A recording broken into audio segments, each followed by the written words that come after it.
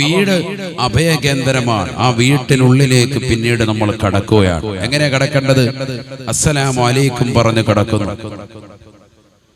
നബി സല്ലല്ലാഹു അലൈഹി വസല്ലമ തങ്ങൾ പറയുകയാണ്, വീട്ടിനുള്ളിലേക്ക് പ്രവേശിക്കുമ്പോൾ നീ ഒരു പ്രാർത്ഥന നിർവഹിക്കണേ. ബിസ്മില്ലാഹി വലജ്നാ വബിസ്മില്ലാഹി ഖറജ്നാ വഅലല്ലാഹി റബ്ബനാ അലൈക തവക്കൽനാ.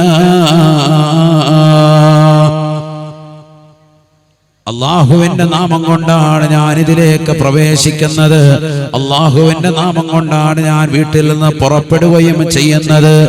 അവനിലേക്ക് പരിപൂർണമായി ഞാൻ പരമേൽപ്പിക്കുകയും ചെയ്യുന്നു. ഇത് പറഞ്ഞുകൊണ്ട് വീട്ടിനുള്ളിലേക്ക് കടക്കണേ എന്ന് ഹബീബുനാ റസൂലുള്ളാഹി.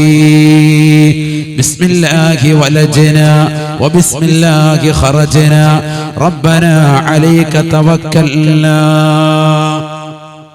പറയണം. അല്ലാഹു തൗഫീഖ് നൽകട്ടെ എന്ന് പറഞ്ഞ എല്ലാവരും ബിസ്മില്ലാഹി വലജ്നാ. ആരോടെ പറയും? പായസം കുടിച്ചു തീർന്നില്ലേ? വേഗാട്ടെ. ബിസ്മില്ലാഹി വലജ്നാ പറയ്. ബിസ്മില്ലാഹി ഖറജ്നാ റബ്ബനാ അലൈക തവക്കൽനാ. ഇത് പറഞ്ഞുകൊണ്ടാകണം വീട്ടിനുള്ളിലേക്ക് പ്രവേശിക്കേണ്ടത് എന്ന് ഹബീബുനാ റസൂലുള്ളാഹി.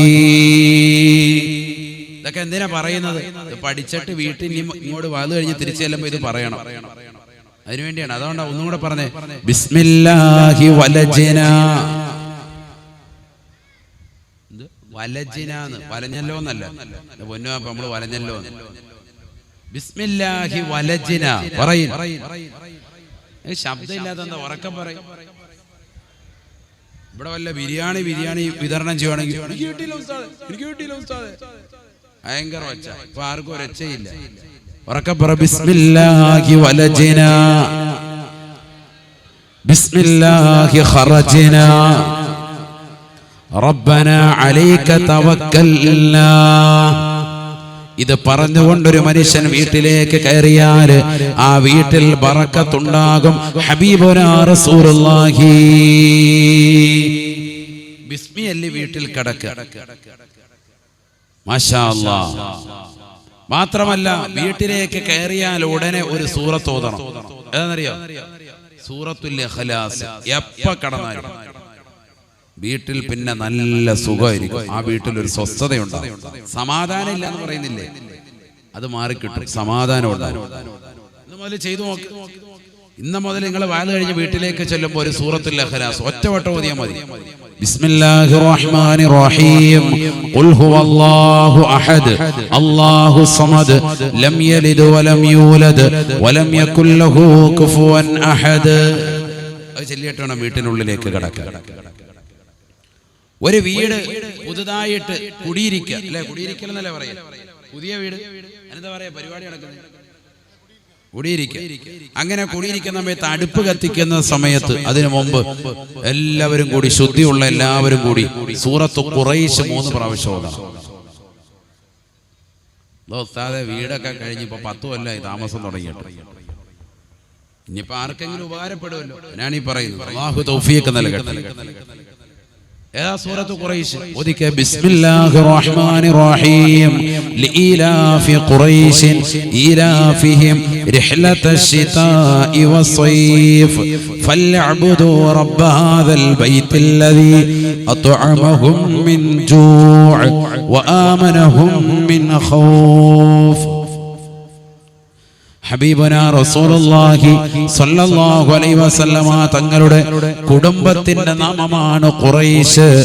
ആ നാമത്തിന്റെ പേരിലുള്ള സൂറത്തു ഖുറൈശ് പാരായണം ചെയ്തുകൊണ്ട് വീട് കുടിയിരിക്കൽ നടത്തിയാൽ ഖിയാമത്ത് നാൾ വരെ വീട്ടിൽ ദാരിദ്ര്യം ഉണ്ടാവുകയില്ല. അല്ലാഹുവേ, ഞങ്ങൾക്ക് നീ തൗഫീഖ് നൽകണേ അല്ലാഹ്. അല്ലാഹു ഉസ്താദേ, ഞങ്ങൾക്ക് ഇതുവരെ സാധിച്ചില്ലല്ലോ. ഇനി നാളെ രാവിലെ എങ്കിലും ബിസ്മില്ലി ചായനെത്തുമ്പോ അതിന്റെ ബറക്കത്ത് വെച്ചിട്ടൊരു 3 സൂറത്ത് ഖുറൈശ് ഓതണം. സ്ത്രീകൾ ശ്രദ്ധിക്കും. അല്ലാഹു തൗഫീഖ് തരട്ടെ. 3 പ്രാവശ്യം ഓതുക. കുടിയിരിക്കുന്ന സമയത്താണെങ്കിൽ എല്ലാവരും കൂടി അത് ശ്രദ്ധിക്കുക. അടുപ്പ് കത്തിക്കുന്ന പരിപാടി ഉണ്ടല്ലോ, പാല് കാച്ചിരുന്ന പരിപാടി, അതിന് മുമ്പായിട്ട് തോന്നാം, എന്നിട്ട് വേണം പാല് കാച്ചാൻ. വീട്ടിനുള്ളിലേക്ക് കടക്കുമ്പോൾ ശ്രദ്ധിക്കണേ, വലതുകാല് വെക്കാൻ മടിക്കരുതേ. വീട്ടിൽ നിന്ന് പുറത്തിറങ്ങുമ്പോൾ ഇടതുകാല് വെക്കാനും മടിക്കരുതേ. പള്ളിയിലേക്ക് കയറുമ്പോ വലതുകാല്, പള്ളിയിൽ നിന്ന് ഇറങ്ങുമ്പോ ഇടതുകാല്. ചെരുപ്പ് ധരിക്കുമ്പോ ഏത് കാലാണ്? ഏത് കാലാണ്? വലതുകാല്. ഊരുമ്പോഴോ ഇടതുകാല്. അപ്പൊ പള്ളിയിലേക്ക് ഒരാൾ കയറി, എങ്ങനെ കയറി? വലതുകാല് വെച്ച് കയറി, ഇടതുകാല് വെച്ച് ഇറങ്ങാൻ. അപ്പൊ ചെരുപ്പ് എങ്ങനെ ധരിക്കും? എങ്ങനെ ഇരിക്കും? എന്റെ പൊന്നുസ്താദേ, ഇത് ഞങ്ങളാകെ കുഴപ്പിക്കുമല്ലേ. ഇതിപ്പോ ഞങ്ങൾ ഇത്രയും കാലമായിട്ട് ഇത് ചെയ്തിട്ടില്ല, അതുകൊണ്ട് തന്നെ നമുക്ക് പ്രശ്നമില്ല. നാളെ മുതൽ വേണേ ചെയ്യാം. ശ്രദ്ധിച്ചിട്ടുണ്ടോ ഇതുവരെ? ആ മസാല ശ്രദ്ധിച്ചിട്ടുണ്ടോ? എവിടെ ശ്രദ്ധിച്ചു? നമ്മളൊരു വാതിന്റെ സദസ്സിൽ വന്നിട്ട് തിരിച്ചു പോകുമ്പോൾ 10 അമല് കിട്ടണം. അതിനുള്ളത് ഇപ്പൊ പറഞ്ഞുകൊണ്ടിരിക്കുന്നതാണ്. ഇനിയാണ് വാത്, ഇനി ശ്രദ്ധിക്കണം നല്ലതുപോലെ. ഇനി അമലിനുള്ളത് ഇങ്ങനെ പറഞ്ഞങ്ങ് പോവാൻ. അപ്പൊ എന്ത് ചെയ്യണം? പണ്ഡിതന്മാർ പറയുന്നു, ഇടത് കാല് വെച്ച് ചെരുപ്പിന്റെ മുകളിലേക്കൊന്ന് ഇറങ്ങി അങ്ങ് നിൽക്കണം. അല്ലെങ്കിൽ പള്ളിയിലെ വെളിയിലോട്ടായിക്കോട്ടെ. പള്ളിയിൽ നിന്ന് ഇറങ്ങുന്നത് എങ്ങനെയാ ഇറങ്ങേണ്ടത്? ഇടതുകാല്. നേരെ ഇടതുകാല് കൊണ്ട് നിങ്ങൾ ഇടരുത് ചെരുപ്പ്. കാരണം ചെരുപ്പ് ഇടേണ്ട ഏതാണ്? വലതുകാലാണ് ഇടേണ്ടത്. അത് ഷൂവോ ബാക്കിൽ കെട്ടൊക്കെ ഉള്ളതാണെങ്കിൽ ഇരുന്നിട്ടാണ് ഇടേണ്ടത്. അതൊക്കെ നബി സല്ലല്ലാഹു അലൈഹി വസല്ലം പഠിപ്പിച്ചിട്ടുണ്ട്. പാൻസ് ഇടുക, സറാവീർ ധരിക്കുക, അങ്ങനെയൊക്കെ ധരിക്കുമ്പോൾ എന്ത് വേണം? ഇരുന്നിട്ട് വേണം ധരിക്കാൻ. നിന്നുകൊണ്ട് ഇങ്ങനെ ഒറ്റക്കാല ഡാൻസ് കളിക്കാൻ പാടില്ല. അങ്ങനെ ഇടാൻ എനിക്ക് ബാലൻസ് ഉണ്ടെന്ന് പറഞ്ഞാൽ പോലും അങ്ങനെ പാടില്ല. നബി തങ്ങളുടെ ചര്യക്കെതിരാണ്. അതാണ് ഈ പാടില്ല എന്ന് പറഞ്ഞതിന്റെ അർത്ഥം. നബി സല്ലല്ലാഹു അലൈഹി വസല്ലം തങ്ങളുടെ ചര്യക്കെതിരാണ് സല്ലല്ലാഹു അലൈഹി വസല്ലം. അത് ചെയ്യുന്നവരല്ലേ സുന്നികൾ. അപ്പം ഇടത് കാല് വെച്ച് ചെരുപ്പിന്റെ മുകളിലേക്ക് ഇറങ്ങി നിൽക്കുക. നിന്നതിന് ശേഷം പിന്നീട് വലത് കാല് ആദ്യം കയറ്റുക, അതിനുശേഷം ഇടത് കാല്. ചെരുപ്പ് ഊരുമ്പോ ആദ്യം ഇടത് കാല് ഊരാൻ മടിക്കരുത്, അത് ശ്രദ്ധിക്കണം. ആദ്യം ഇടത് കാല്, പിന്നീട് വലത് കാല്. ഇതൊക്കെ ചെയ്താണല്ലോ പിന്നെ സുന്നി എന്ന് പറയാൻ നിന്നെ കടത്തി വെട്ടാൻ വേറെ ആരും ഉണ്ടാവൂല. ഇതൊന്നും ശ്രദ്ധിക്കൂല. ബാത്റൂമിലേക്ക് കയറുമ്പോൾ ഓടിയങ്ങ് കയറുകയാണ്. എന്നിട്ട് അവിടെ പോയി 2 സിഗരറ്റ് ഒന്ന് ഇപ്പുറത്തും വെച്ച് വലിച്ചുകൊണ്ടിരിക്കുകയാണ്. ഹാജിയാര് 3 ഹജ്ജ് ചെയ്തിട്ടുണ്ട്, വലിക്കൊരു കുറവുമില്ല. അള്ളാഹു നമ്മളെ കാക്കട്ടെ. ഏത് കാലാണ് ചെരുപ്പിലിടുന്നത്? ഒന്നുമില്ല. ബാത്റൂമിൽ ഇനി എത്ര നല്ല ടൈൽ ഒട്ടിച്ച ബാത്റൂമാന്ന് പറഞ്ഞാലും ചെരുപ്പ് അതിനകത്ത് വേണം. ചില വീടുകളിലൊക്കെ നല്ല ടൈലൊട്ടിച്ചിട്ടുണ്ട്, മനോഹരമായ രീതിയിലൊക്കെ സൗകര്യം ചെയ്തിട്ടുണ്ട്. ഇനി അതിനകത്തൊരു ചെരുപ്പിട്ടിട്ട് വെറുതെ അല്ല, ചെരുപ്പ് വേണം. ചെരുപ്പിട്ട് തന്നെയാണ് ടോയ്ലറ്റ് ഉപയോഗിക്കേണ്ടത്. പരിശുദ്ധ പ്രവാചകന്റെ ചര്യയാണ്, അതങ്ങനെ തന്നെ ഉപയോഗിക്കണം. നബി സല്ലല്ലാഹു അലൈഹി വസല്ലം തങ്ങൾ പഠിപ്പിച്ചു. കാരണം നമ്മൾ കാണുന്നതാകുന്ന ഒന്നല്ല ബാക്ടീരിയ എന്ന് പറഞ്ഞാൽ. പരസ്യത്തിൽ കാണുന്ന പോലെ ഇങ്ങോട്ട് വന്നിട്ട് 2 കൈയും കാലും വെച്ചുകൊണ്ട് നിൽക്കുന്നതൊന്നുമല്ല, അതല്ല ബാക്ടീരിയ. നമ്മുടെ കണ്ണുകൾ കൊണ്ട് കാണാൻ സാധിക്കാത്ത നിലയ്ക്കാണ്. ഫംഗസുകൾ ഉണ്ടാകും, ബാക്ടീരിയ ഉണ്ടാകും. അതുകൊണ്ട് ചെരുപ്പ് ധരിച്ചേ പറ്റും. അസുഖങ്ങൾ പിടിപെട്ടിട്ട് പിന്നെ കടന്ന് കരഞ്ഞിട്ട് കാര്യമില്ല. ആ ചെരുപ്പ് ഇറങ്ങുന്നതിന് മുമ്പ് വൃത്തിയായി കഴുകിയിട്ട് ഒരു സൈഡിൽ ചാരിയോ എങ്ങനെ വേണമെങ്കിലും വെക്കാം, മാറ്റി വെക്കാം. ആ ചെരുപ്പൊന്ന് മാറ്റുകയും വേണം. ചിലര് വീട് വെച്ചാന്ന് കൊണ്ടിട്ട ചെരുപ്പാണ്. 53 വർഷം കഴിഞ്ഞ് എന്റെ വല്യപ്പ ഉപയോഗിച്ച ചെരുപ്പാണ്. ഉസ്താദ് ഇട്ട് അത്രയും ഉസ്താദ് അതിട്ടോണ്ട് കയറിക്കോട്ടെ ഉസ്താദ്. അല്ലാഹ് ആ ചെരുപ്പ് കണ്ടാൽ തന്നെ പിന്നെ ബാത്റൂമിലോട്ട് തന്നെ കയറണമെന്നില്ല. അങ്ങനത്തെ സൈസ് ചെരുപ്പുണ്ട്. അത് പള്ളികളിലും ഉണ്ട്. ചില പള്ളികളുണ്ട് നമ്മൾ സ്വന്തം വാങ്ങിച്ചു വെച്ചതാകുന്ന ചെരുപ്പും ഷൂ ഇട്ടുകൊണ്ട് ആ ബാത്റൂമിൽ കയറാൻ പറ്റൂല. കമ്മിറ്റിക്കാർ എഴുതി വെച്ചിരിക്കുക ചെരുപ്പ് പുറത്തിടുക. എന്നിട്ട് ഇവിടെ ഇട്ടോ, ഇവിടുന്ന് നടന്ന് അപ്പുറത്ത് എന്നിട്ട് കുഷ്ഠരോഗം പിടിച്ചവനും പാണ്ട് പിടിച്ചവന്റെയും ചൊറി ബാധിച്ചവന്റെയൊക്കെ അവനൊക്കെ ഇട്ട് കൈമാറിയതാകുന്ന ചെരുപ്പുണ്ട് അവിടെ കിടക്കാൻ. അത് ഇട്ടുകൊണ്ട് ബാത്റൂമിൽ കയറി തിരിച്ചിറങ്ങാൻ. തിരിച്ചിവിടെ വരുമ്പോഴത്തേക്ക് ഇവന്റെ കാല വട്ടച്ചൊറിയെ അല്ല വരാനുള്ള സർവ്വ അസുഖവും വന്നു. ഇതൊക്കെ പള്ളികളിൽ നടക്കുന്ന സംഭവങ്ങളാണ്. ഇതൊക്കെ കമ്മിറ്റി പരിപാലക സമിതികൾ ശ്രദ്ധിച്ചോ, നല്ലതുപോലെ ശ്രദ്ധിക്കണം. അതിനങ്ങനെ കാണിക്കുന്നു. അവിടെ അഴുക്കാവുമെന്നോ? അതിന് ഒരാളെ ജോലിക്ക് നിർത്തിയിട്ട് കഴുകിക്കണം. ഈ കഴുകാൻ പറ്റത്തില്ലേ? പ്രസിഡന്റ് ഇറങ്ങി അവിടെ കഴുകണം. അതാണ് ഖിദ്മത്ത്, സേവനം. അതാണ് ഇതൊക്കെ സമൂഹം അറിയണം, പഠിച്ചു വെക്കേണ്ട കാര്യമാണ് ഈ പറഞ്ഞത്, മനസ്സിലാക്കേണ്ട കാര്യമാണ്. നമ്മളെല്ലാം ലാഭം പിടിക്കുക, 2 ടൈലും കൂടെ ഒട്ടിച്ചു കഴിഞ്ഞിട്ട് പിന്നെ അവിടെ ചെരുപ്പിട്ട് കയറാൻ പാടില്ല, നിയമം വെച്ചിരിക്കാം, അങ്ങനെ ആകാൻ പാടില്ല. ചെരുപ്പ് ഇടണമെങ്കിൽ 2 ചെരുപ്പ് കൊണ്ട് ഇടും. ആ ചെരുപ്പ് വൃത്തിയുള്ള ചെരുപ്പാണെങ്കിൽ കുഴപ്പമില്ല, അതുമില്ല. കാരണം എത്ര ആളുകളാണ്, പല ആളുകളും മുസാഫിരീങ്ങളും അല്ലാത്തവരും ഒക്കെ വന്നിടുകയാണ് ഈ ചെരുപ്പ്. ആർക്കൊക്കെ ഏതൊക്കെ രോഗങ്ങൾ ഉണ്ടാകാം, പകരുന്ന രോഗം. അപ്പൊ ഈ കൊറോണ എന്ന വ്യാധി കാരണം 2 വർഷം പൂട്ടിയിട്ടത് എന്തുകൊണ്ടാണ്? പകരുന്ന രോഗമാണ്. ഇതുപോലെ പകരൂലേ അസുഖങ്ങൾ, പകരൂലേ ചൊറിയുള്ളവന്റെ മറ്റുള്ള അസുഖക്കാരന്റെ ഒക്കെ അസുഖങ്ങൾ പകരൂലേ. അതുകൊണ്ടൊക്കെ ശ്രദ്ധിക്കണം. ഇനി അങ്ങനെ ചെയ്തിട്ടുണ്ടെങ്കിൽ ആ ചെരുപ്പൊക്കെ കൊല്ലെങ്കിലും ഒന്ന് മാറ്റണം. ചെറിയ വിലയേ ഉള്ളൂ, 150 രൂപ കൊടുത്തു കഴിഞ്ഞാൽ 1 ജോഡി ചെരുപ്പ് കിട്ടും. 2-3 ജോഡി ചെരുപ്പെങ്കിലും വാങ്ങിച്ചു കൊടുക്കണം. അതൊക്കെ ശ്രദ്ധിക്കണം. നമ്മൾ ബാത്റൂമിലേതും വളരെ ശ്രദ്ധിക്കണം. കാരണം അസുഖങ്ങൾ വരുത്താതെ വളരെ ശ്രദ്ധിക്കണം. ഒരു വീടിന് ഏറ്റവും അവിഭാജ്യ ഘടകം ശുദ്ധിയാണ്. അതാണ് വേണ്ടത്. ഒരു വീട് വെച്ചാൽ മനോഹരമായ വീട് വെക്കുക എന്നുള്ളതിലല്ല, ആ വീട് ശുദ്ധിയിൽ സൂക്ഷിച്ചുകൊണ്ട് പോകുന്നതിലാണ് കാര്യമിരിക്കുന്നത്. അതിന് ഭാര്യയും ഭർത്താവും ഒരേപോലെ പരിശ്രമിക്കണം, 2 പേരും പരിശ്രമിക്കണം. മാസത്തിൽ മാറാലകളൊക്കെ തൂക്കാൻ വേണ്ടി ഭർത്താവും ഇറങ്ങണം ഭാര്യയോടൊപ്പം. വീടിന്റെ ജനൽ കമ്പികൾ, ജനലുകൾ, വാതിലുകൾ ഒക്കെ നല്ല തുണി വെള്ളം കൊണ്ട് തുടച്ച് വൃത്തിയായി നല്ലതുപോലെ ശുദ്ധീകരിക്കണം. ഇനി അതിനൊന്നും നിൽക്കാൻ വയ്യേ, മേലനങ്ങാൻ വയ്യ, ഒരാളെയെങ്കിലും സമ്പത്തുള്ളവനാണെങ്കിൽ ജോലിക്ക് നിർത്തിയിട്ട് അതൊക്കെ ചെയ്യണം. വീടൊക്കെ പരിസരമൊക്കെ വൃത്തിയാക്കണം. പരിസരത്ത് മുഴുവൻ കാട് പിടിച്ചു കിടക്കാൻ, അത് മുഴുവനും വൃത്തിയാക്കണം. അത് ഏതെങ്കിലും ആണ്ടിനോ അല്ലെങ്കിൽ ഏതെങ്കിലും വർഷത്തിലോ റമദാൻ വരട്ടെ, അങ്ങനെയൊന്നുമില്ല, എപ്പോഴും വൃത്തിയായിരിക്കണം. അത്തഹൂറു ശത്രുൽ ഈമാൻ, അത്തഹൂറു നിസ്ഫുൽ ഈമാൻ. വിശ്വാസത്തിന്റെ പകുതിയാണ്, വിശ്വാസത്തിന്റെ ഭാഗമാണ് ശുദ്ധീകരണമെന്ന് സയ്യിദുനാ റസൂലുള്ളാഹി സ്വല്ലല്ലാഹി അലൈഹി വസല്ലം. വളരെ ശ്രദ്ധിക്കേണ്ട ഒരു കാര്യമാണ്. പല ആളുകളും ആ വിഷയത്തിൽ ശ്രദ്ധിക്കാറില്ല. ടോയ്ലറ്റ് മാത്രം ശുദ്ധീകരിച്ചാൽ പോരാ, വീടിന്റെ എല്ലാ ഭാഗങ്ങളും മുക്കുമൂലകളും ശ്രദ്ധിക്കണം. രാത്രിയിൽ അടിച്ചുവാരി കൂട്ടിയിടാൻ പാടില്ല, ദാരിദ്ര്യമുണ്ടാകും. പണ്ഡിതന്മാർ പഠിപ്പിച്ചതാ. വീട് അടിച്ചു വാരുക, ചില സ്ത്രീകൾ തുടങ്ങുക മഗ്‌രിബ് കഴിഞ്ഞിട്ടാണ്, മഗ്‌രിബോട് അടിച്ച സമയത്താണ്. എന്നിട്ട് ഇതെല്ലാം കൂട്ടിയിട്ട് ഒരു മൂലക്കൊണ്ട് കൂട്ടിയിടും, ദാരിദ്ര്യം ഉണ്ടാകും. വീടിന്റെ വാതിൽപ്പടിയിൽ ഇരിക്കാൻ പാടില്ല, അവിടെ ഇരുന്ന് ഭക്ഷണം കഴിക്കുന്നവരുണ്ട്. അടുക്കളയിൽ ചിലപ്പോൾ അവിടെ ഇരുന്നു കൊണ്ട് കറിക്കുള്ള സാധനങ്ങൾ അരിയുന്ന സഹോദരിമാരുണ്ട്, ദാരിദ്ര്യമുണ്ടാകും. ഇതൊക്കെ പണ്ഡിതന്മാർ പഠിപ്പിച്ചിട്ടുണ്ട്. സലാഹുദ്ദീൻ എന്ന് പറയുന്ന ഗ്രന്ഥം ഒന്ന് മറിച്ചു നോക്കി, എത്ര കാര്യങ്ങളാണ് പറയുന്നത്. വളരെ ശ്രദ്ധിക്കണം. ഇട്ടിരിക്കുന്ന വസ്ത്രം അത് ശരീരത്തിൽ അണിഞ്ഞുകൊണ്ട് തന്നെ അതിന് സൂചി കൊണ്ട് തയ്ക്കാൻ പാടില്ല. ഒരു കീറല് കണ്ടു, അത് ശരീരത്തിൽ നിന്ന് ഊരിയെടുത്തിട്ട് വേറൊരു വസ്ത്രം ശരീരത്തിൽ ധരിച്ചിട്ട് എന്ത് ചെയ്യാവുള്ളൂ, അത് തയ്ക്കാൻ പാടുള്ളൂ. ചിലപ്പോൾ ഒരു ബട്ടൺസ് പൊട്ടിപ്പോയിട്ടുണ്ടാവും, മകള് സ്കൂളിൽ പോകാൻ അല്ലെ മദ്രസയിൽ പോകാൻ, ഇപ്പൊ തയ്ച്ചേരാ വേഗം ഉമ്മ, അങ്ങനെ തയ്ക്കാൻ പാടില്ല. ഒരു ബട്ടൺസ് ആണെങ്കിൽ പോലും ദാരിദ്ര്യമുണ്ടാക്കും. ഇതൊക്കെ പഴയ കാലഘട്ടങ്ങളിൽ വഅദുകളിൽ പറഞ്ഞിരുന്നു, അതൊക്കെ തന്നെ ശ്രദ്ധയും ഉൾപ്പെടുത്തിയിരുന്നു. ഉമ്മമാർ അതൊക്കെ നല്ലതുപോലെ ശ്രദ്ധിച്ചിരുന്നു.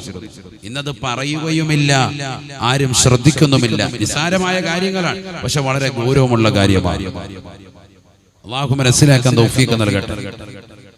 ഇന്ന് പല കാര്യങ്ങളും അങ്ങനെയാണ്. തിയറി പഠിച്ചിട്ടുണ്ട്, പക്ഷെ പ്രാക്ടിക്കൽ ഇല്ല. എങ്ങനെയാണ് വണ്ടി ഓടിക്കേണ്ടത് എന്ന് പുസ്തകം നോക്കി നല്ലതുപോലെ പഠിച്ചതുകൊണ്ട് മാത്രമായില്ല, വണ്ടി ഓടിക്കാനും നല്ലതുപോലെ പഠിച്ചിരിക്കണം, ഓടിക്കാൻ അറിഞ്ഞിരിക്കണം. അപ്പോഴേ അവൻ യഥാർത്ഥ വണ്ടി ഓടിക്കുന്നവനാകുള്ളൂ. ഇത് നിസ്കരിക്കാനുള്ള ഷർത്തുകൾ അറിയാം, അതിന്റെ ഫർളുകൾ അറിയാം, ഏതൊക്കെ സുന്നത്ത് നമസ്കാരങ്ങൾ ഉണ്ടെന്നറിയാം. എല്ലാം മദ്രസയിൽ നിന്ന് വ്യക്തമായി പഠിച്ചവനാണ്. ഭക്ഷണത്തിന്റെ മര്യാദകൾ പഠിച്ചവനാണ്. നിസ്കാരത്തിന്റെ ഫുറൂദുകളും സുന്നത്തുകളും ഒക്കെ പഠിച്ചവനാണ്. പക്ഷെ ഇവൻ വീട്ടിലേക്ക് വരുമ്പോ വീട് യഥാർത്ഥ രീതിയിൽ ഇസ്ലാമികമായ ചുറ്റുവട്ടത്തിലല്ല. വീടിന്റെ അകത്തളങ്ങളിൽ പ്രാക്ടിക്കലായി വരുന്നില്ല. നിസ്കാരം വീടിന്റെ അകത്തളത്തിലില്ല. കാരണം വാപ്പ സുബഹി നിസ്കരിക്കാൻ എഴുന്നേൽക്കുന്നതിന് മിനാപീസ് പള്ളിയിൽ സുബഹിക്ക് പോകുന്നവനാണോ വാപ്പ? എങ്കിലല്ലേ മകൻ കൃത്യമായി പള്ളിയിൽ പോകുള്ളൂ. വാപ്പ എഴുന്നേക്കുന്നത് 8 മണിക്കാണ്, അപ്പൊ മകൻ 9 മണിക്ക് എഴുന്നേക്കും. ഉമ്മ എഴുന്നേക്കുന്നത് 10 മണിക്കാണ്, അപ്പൊ മകള് പിന്നെ 11 മണിക്ക് എഴുന്നേക്കും. എന്നിട്ട് ഈ വാപ്പായും ഉമ്മായും സാറേ എന്റെ മക്കള് 2 പേരും നിസ്കാരമൊന്നുമില്ല, നിങ്ങൾ എത്ര മണിക്ക് നിസ്കരിക്കും? ഞാൻ കറക്റ്റ് 9:30 സുബഹി നിസ്കരിക്കും. അതാ അവസ്ഥ,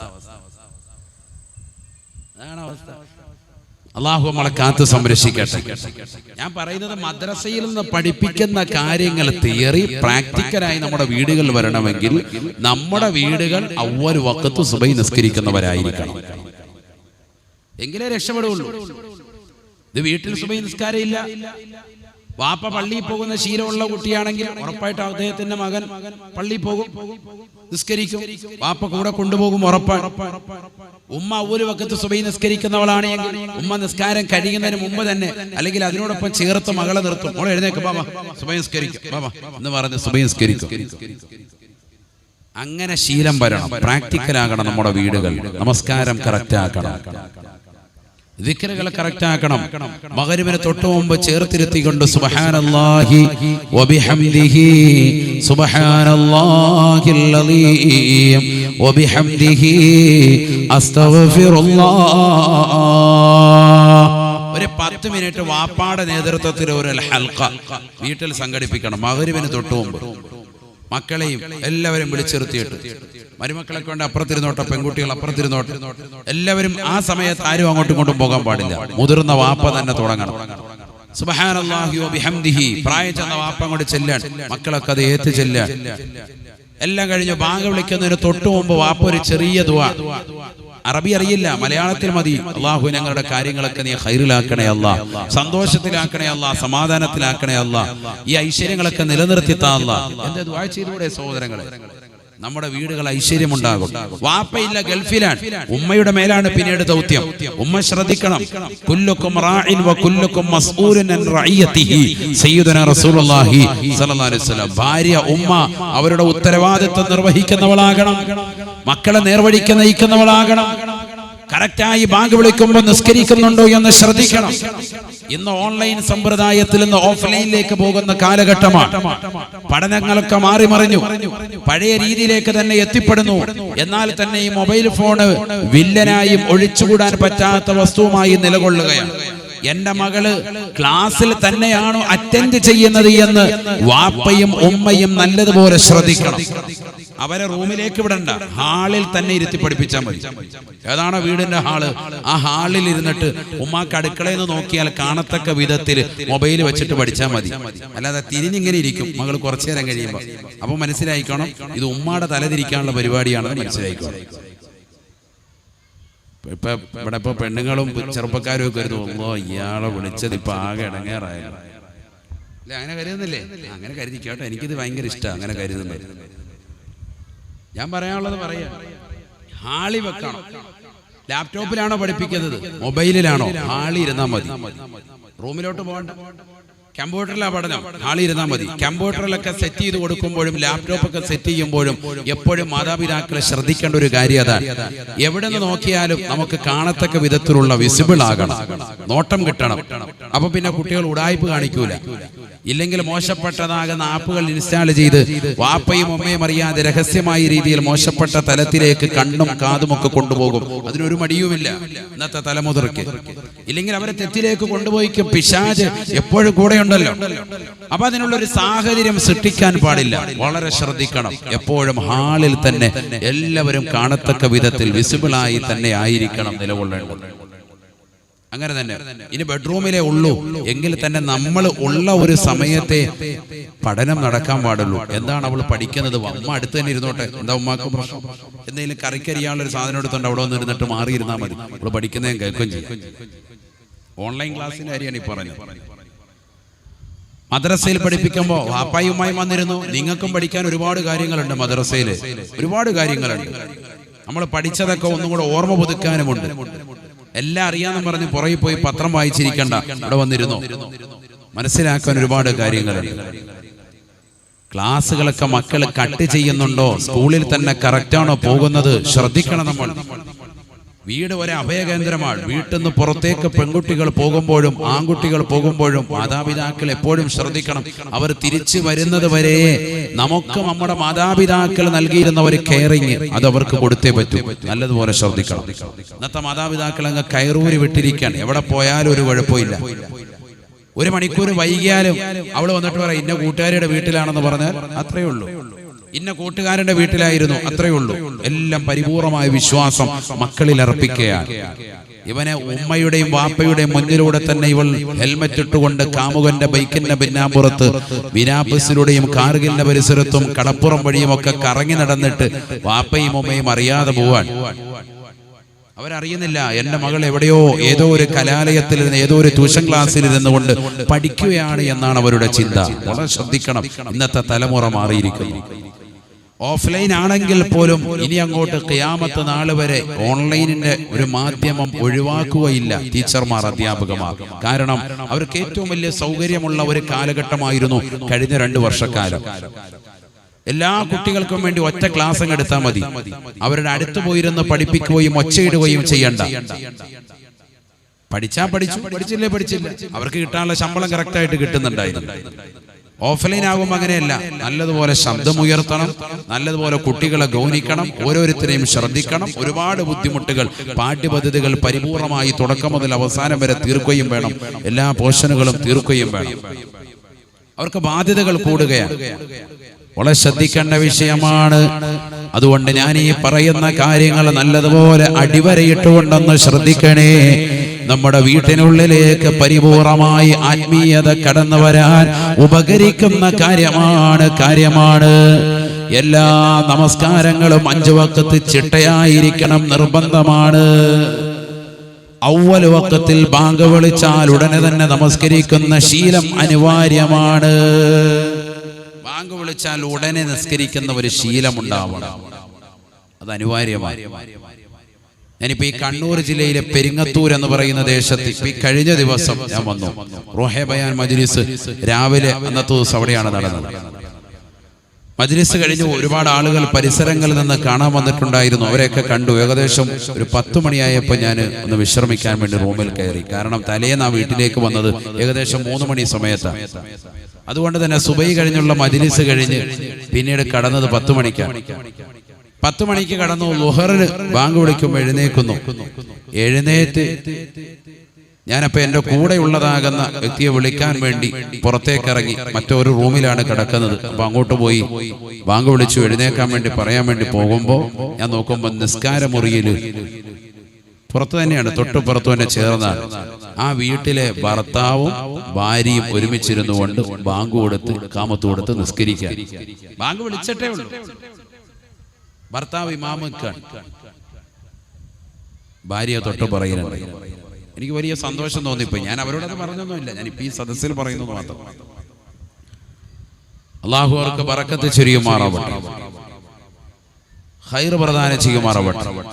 എനിക്ക് വലിയ സന്തോഷം തോന്നി. കാരണം അതൊക്കെ കിട്ടുന്ന ഒരു ആത്മീയത. അവരൊക്കെ റൂഹെ ബയാൻ കുടുംബാധികളാണ്. ഒരു ദിവസം പോലും മുടങ്ങാതെ മജ്ലിസിൽ പങ്കെടുക്കുന്നവരാണ്. ബാങ്ക് വിളിച്ചിട്ടേ ഉള്ളൂ. ബാങ്ക് വിളിക്കുന്നതിന് മുമ്പ് തന്നെ വദു എടുത്ത് റെഡിയായി നിൽക്കുന്നത് കൊണ്ടാണ്. വീട്ടിലാണെന്ന് ഓർത്തോണം, വേഗം തന്നെ നിസ്കരിക്കാൻ ഭാര്യയും ഭർത്താവും അവരുടെ കടമ നിർവഹിക്കുകയാണ്. എത്രത്തോളം സൂക്ഷ്മതയുണ്ട് നമ്മൾ ചിന്തിക്കണം. നമ്മളാണെങ്കിലും ഉടനെ ഒന്നുമില്ല നിസ്കാരം. ഒരു ഉസ്താദും കൂടെ വന്നിട്ടുണ്ട്. ഇനിയിപ്പോ ആ ഉസ്താദിന് ഭക്ഷണം കൊണ്ടൊക്കെ റെഡിയാക്കണമെങ്കിൽ പിന്നെ തീർന്ന് മഗ്‌രിബിന് മുമ്പേ കയറുള്ളൂ. വലിയ ജോലിഭാരാണ്. പിന്നെ മൊത്തം ജോലി അടുക്കളയിൽ തന്നെ. ഇതൊക്കെ നമ്മുടെ ഇന്നത്തെ തലമുറയിലെ സഹോദരിമാർ നല്ലതുപോലെ മനസ്സിലാക്കണം. അവർക്ക് 5 മക്കളുണ്ട്. മുല കുടിക്കുന്നതാകുന്ന കുട്ടി ഉൾപ്പെടെ 5 കുട്ടികളുണ്ട്. ഓർക്കണം. അല്ലാതെ ജോലിയൊന്നും കുറവുള്ളവരല്ല. സാധാരണ മക്കളൊന്നും ഇല്ലാത്തതുകൊണ്ടായിരിക്കും എന്ന് കമന്റ് ഇടാൻ നിൽക്കണ്ട. അതിനാണ് ഈ പറഞ്ഞത്.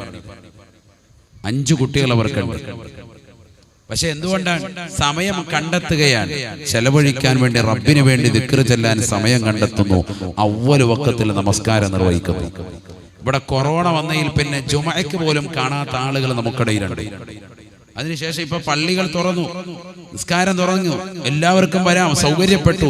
എന്നിട്ട് പോലും ജുമഅക്ക് വരാത്ത ആളുകൾ നമുക്കിടയിലുണ്ട്. അല്ലേ?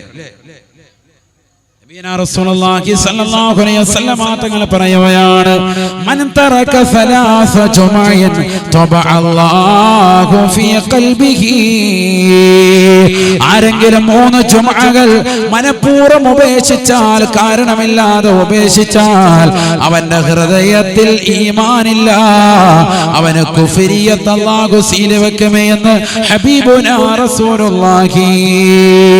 അല്ലാഹുവേ ഞങ്ങളെ നീ കാക്കണേ അല്ലാ, നീ പരിപൂർണമായ കാവൽ നൽകി അനുഗ്രഹിക്കണേ അല്ലാ. വീടിന്റെ അകത്തളങ്ങളിൽ ആത്മീയതയുണ്ടാകാൻ നമസ്കാരം നിർബന്ധമാണ്. ഫർളായ നമസ്കാരങ്ങൾ മാത്രം പോരാ.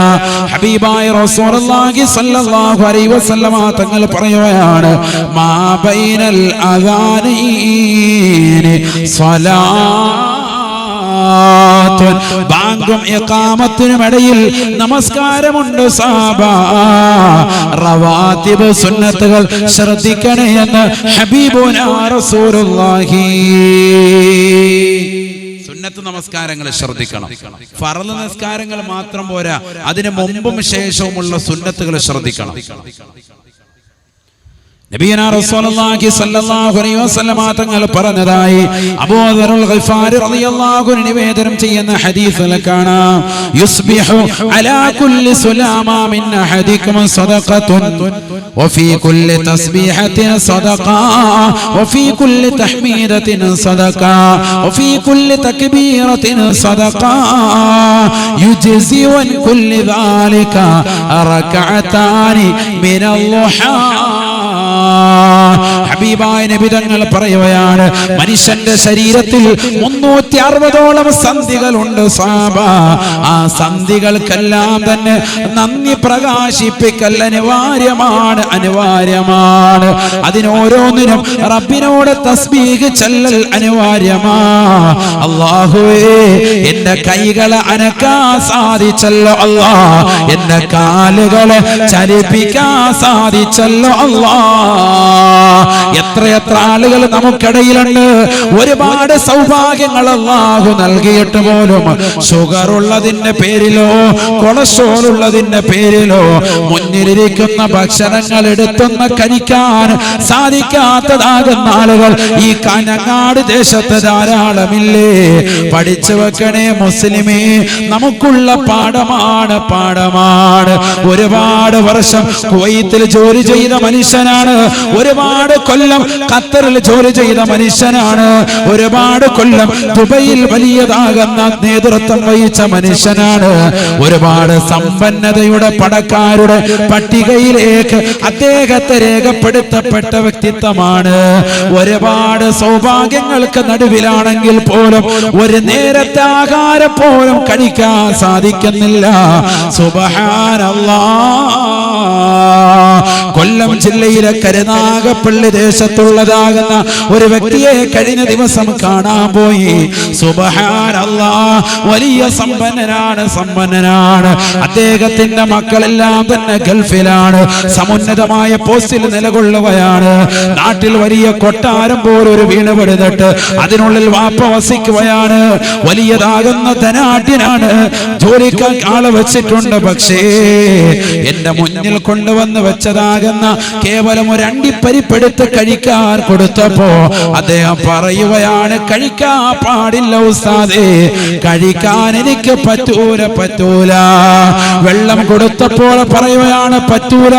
മധുരമുള്ള ഒരു സാധനം തൊടാൻ പറ്റൂല എന്ന് മാത്രമല്ല, ഒരു ദിവസം എനിക്ക് ഞാൻ ഉപയോഗിക്കുന്ന ചോറിന്റെ കറിയുടെ വെള്ളം ഉൾപ്പെടെ ഒരു ദിവസം എനിക്ക് ഉപയോഗിക്കാൻ പറ്റുന്ന വെള്ളത്തിന്റെ അളവ് കേവലം ഒരു ഗ്ലാസ് മാത്രമാണ്.